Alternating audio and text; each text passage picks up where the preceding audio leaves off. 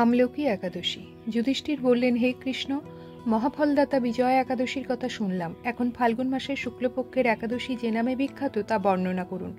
শ্রীকৃষ্ণ বললেন, হে মহাভাগ যুধিষ্ঠির, মান্ধাতার প্রশ্নের উত্তরে মহাত্মা বশিষ্ঠ এই একাদশীর মহিমা কীর্তন করেছিলেন। আপনার কাছে এখন আমি সেই কথা বলছি।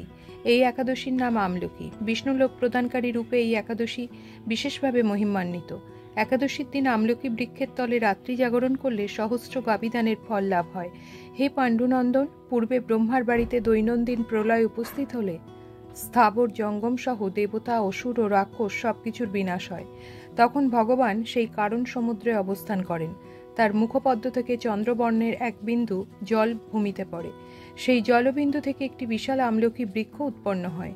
এই বৃক্ষের স্মরণ মাত্র গোদানের ফল দর্শনে তাহার দ্বিগুণ এবং এর ফল ভক্ষণে 3 গুণ ফল লাভ হয়। এই বৃক্ষে ব্রহ্মা, বিষ্ণু আর মহেশ্বর সর্বদা অবস্থান করেন। এর প্রতিটি শাখা প্রশাখা পাতায় ঋষি, দেবতা ও প্রজাপতিগণ বাস করেন।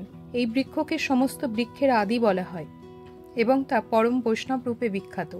অতএব এই শ্রেষ্ঠ ব্রত সকলেরই পালনীয়। এখন এই ব্রতের একটি অদ্ভুত ইতিহাস আপনার কাছে বর্ণনা করছি। প্রাচীনকালে বৈদিশ নামে এক প্রসিদ্ধ নগর ছিল। এই নগরে চৈত্ররথ নামে এক রাজা রাজত্ব করতেন। চন্দ্রবংশীয় পাশবিন্দুক রাজার পুত্ররূপে তিনি জন্মগ্রহণ করেন। তিনি অত্যন্ত শক্তিমান ও ঐশ্বর্যশালী ছিলেন। শাস্ত্রজ্ঞানেও তিনি ছিলেন সুনিপুণ। তার রাজ্যের সর্বত্র মনোরম আনন্দপূর্ণ এক দিব্য পরিবেশ লক্ষ্য করা যেত। প্রজারা ছিলেন বিষ্ণু ভক্তি পরায়ণ। সকলেই একাদশী ব্রত পালন করতেন। তার রাজ্যে কোনো অভাব অমঙ্গল ছিল না। এইভাবে প্রজাদের নিয়ে রাজা চৈত্ররথ সুখে দিন যাপন করতে থাকেন। একসময় ফাল্গুনী শুক্লপক্ষের দ্বাদশী যুক্ত আমলকি একাদশী তিথি সমাগত হওয়ায় রাজ্যের সকলেই এই ব্রত পালনের সংকল্প করলেন। ওই দিন প্রাতঃস্নানের পর প্রজাদের নিয়ে রাজা ভগবান শ্রী বিষ্ণু মন্দিরে যান। সেখানে সুবাসিত জলপূর্ণ কলস, ছত্র, বস্ত্র, পাদুকা, পঞ্চরত্ন ইত্যাদি দিয়ে সাজিয়ে স্থাপন করেন। তারপর ধূপ দীপ দিয়ে যত্ন সহকারে মুনি ঋষিদের দ্বারা শ্রী পরশুরামের মূর্তি সমন্বিত আমলকির পূজা করেন। হে পরশুরাম, হে রেণুকার সুখবর্ধক, হে ধাত্রী, হে পাপ বিনাশিনী আমলকি, তোমাকে প্রণাম।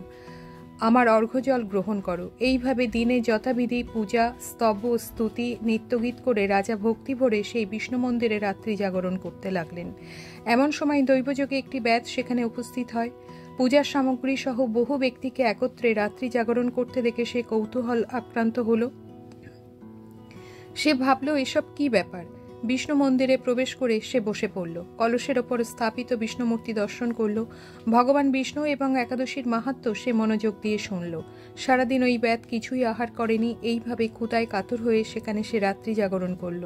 পরদিন প্রজাসহ রাজা নগরের দিকে যাত্রা করলেন। সেই ব্যাধও তার গৃহে ফিরে গেল। এরপর একসময় ব্যাধের মৃত্যু হল।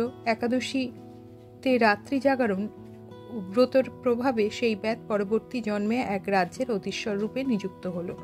জয়ন্তী নামে এক নগরী ছিল। সেখানে বিদুরথ নামে এক রাজা বাস করতেন। ওই ব্যাধ বিদুরথ রাজার মহাবলী পুত্ররূপে জন্মগ্রহণ করেন। তার নাম হয় বসুরথ। 1,00,000 গ্রামের আধিপত্য তিনি লাভ করলেন। তিনি ছিলেন সূর্যের মতন তেজস্বী, চন্দ্রের মতন কান্তিমান ও পৃথিবীর মতন ক্ষমাশীল। বিভিন্ন সদ্গুণে ভূষিত বসুরথ পরম বিষ্ণুভক্তিপরায়ণ হন।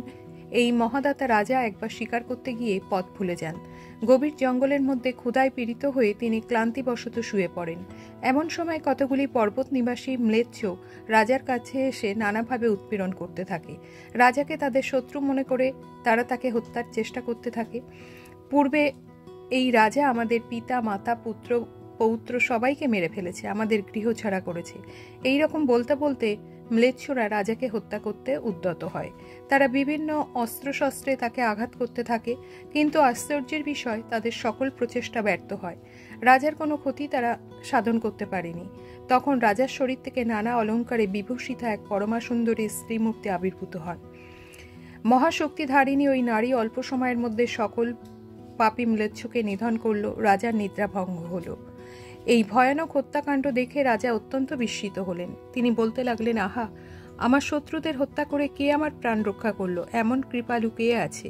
আমি তার প্রতি আমার কৃতজ্ঞতা প্রকাশ করছি। এমন সময় দৈববাণী হল, ভগবান কেশব ব্যতীত শরণাগতকে রক্ষা করবার আর কে আছে? তিনিই শরণাগতের পালক। দৈববাণী শুনে তিনি